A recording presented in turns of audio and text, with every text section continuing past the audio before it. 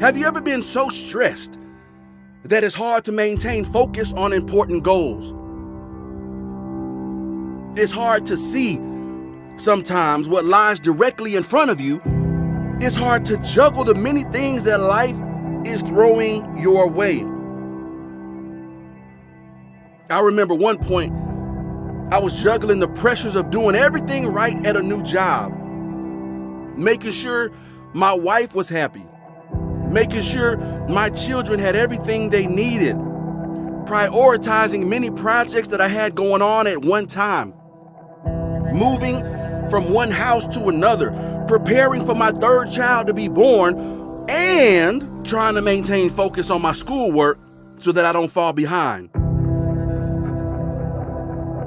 I heard the rapper Eminem once say, on the surface, he looks calm and ready. And you see, that's exactly how I appear to be to people.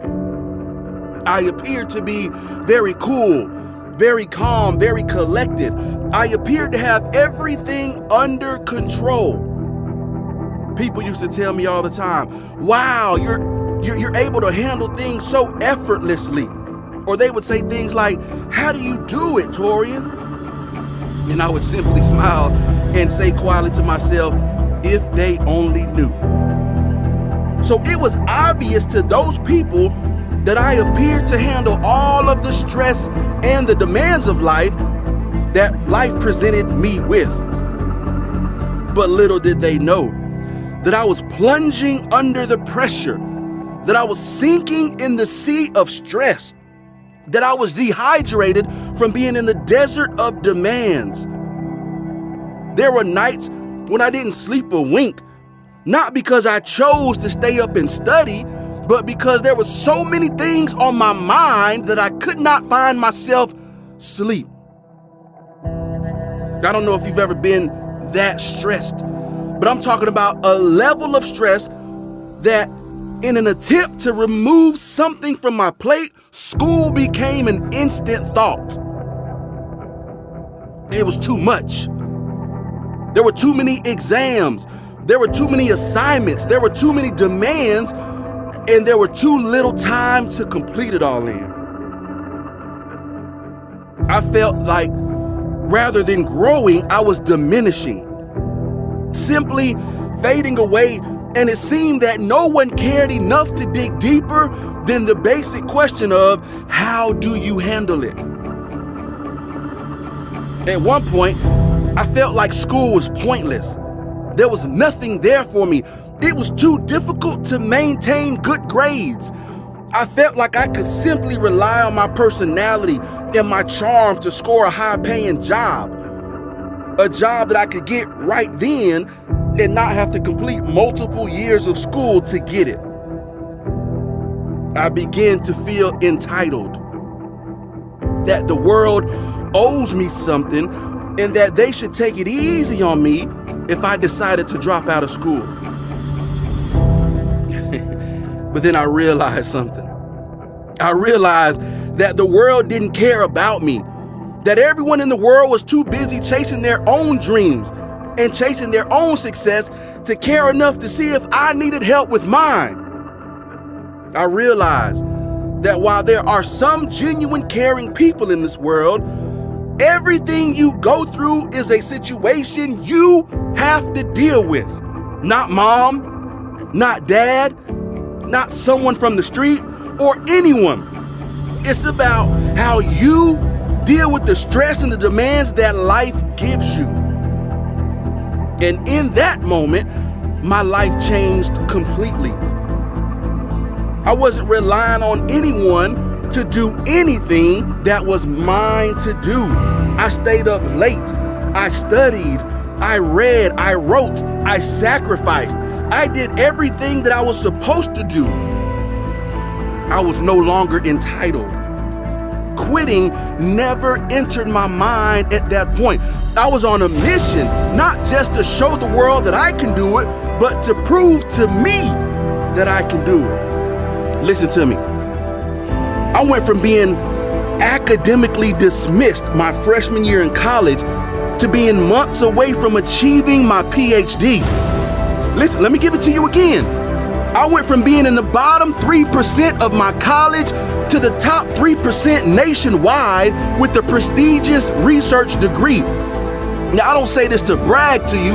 What I'm telling you is that when you make up in your mind that your success is more important than your cell phone, when you make up in your mind that your success is more important than sleep, when you make up in your mind that your success is more important than watching TV, then there is nothing in this world that can stand in the way of your success. Not one thing can stop you. I heard someone once say that it is impossible to stop a man or a woman that refuses to quit. So throw me in the ring with Mike Tyson.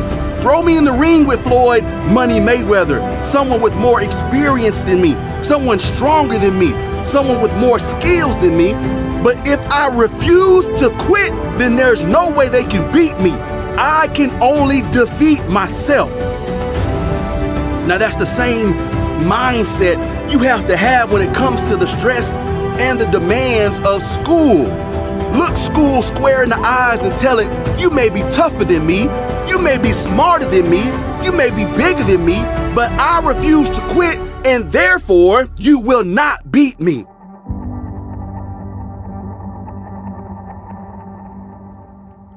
And so let me give you a few things, just a couple of things to consider when it comes to dealing with being in stress or stressful situations and the demands of life. Let me just give you a few things to think about. The first thing is to take time for yourself. Now, what I mean here is that you are the number one priority in your world.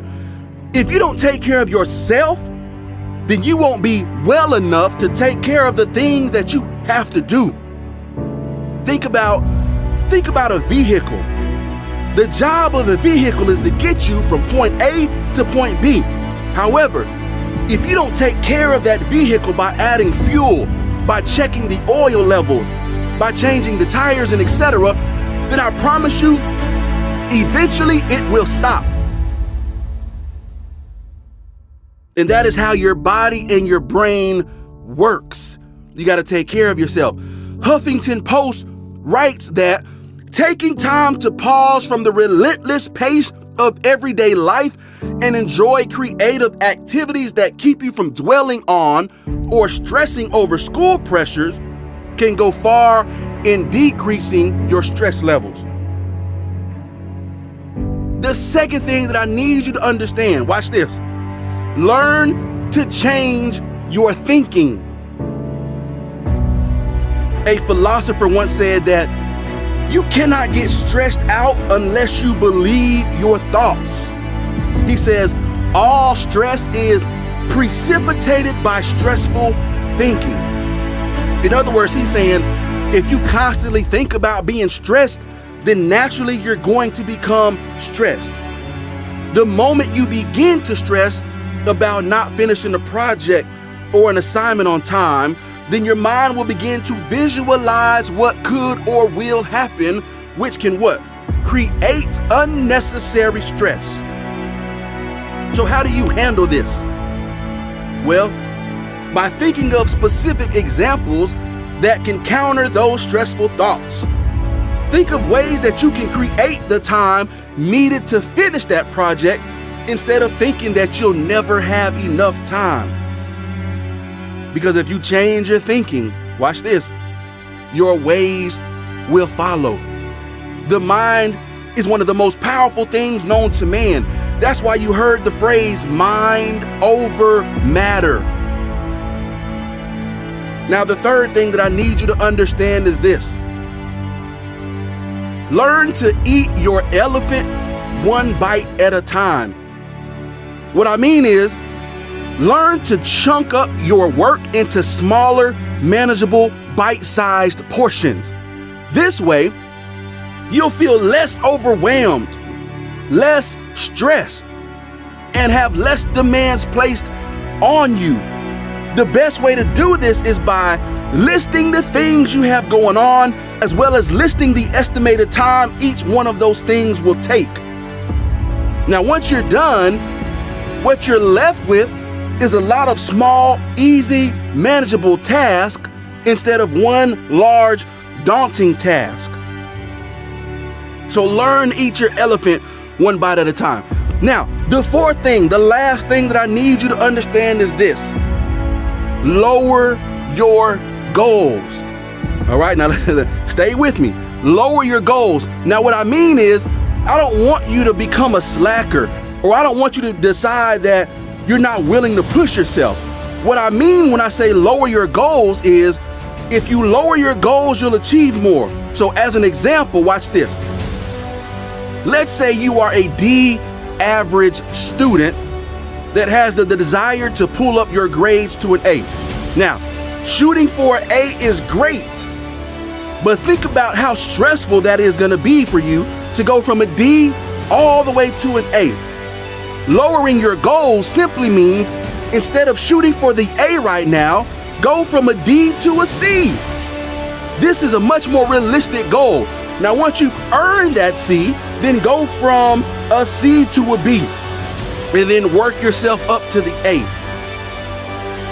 Chris Carr was once quoted by saying, if you don't think your anxiety, depression, sadness, and stress impact your physical health, think again.